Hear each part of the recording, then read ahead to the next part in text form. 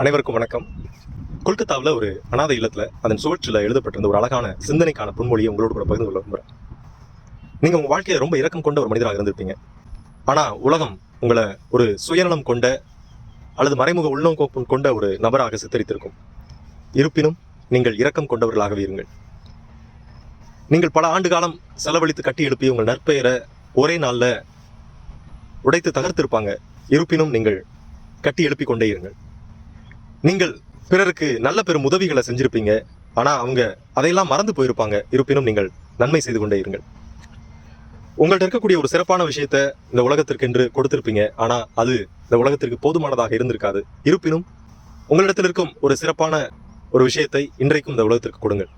காரணம், அந்த இறுதி நாளில் தீர்ப்பு எழுதப்படும் போது அங்கே நிற்கப் போவது உங்கள் ஆன்மாவும் அதை உண்டாக்கிய அந்த பரம்பொருளும். நன்றி, வணக்கம்.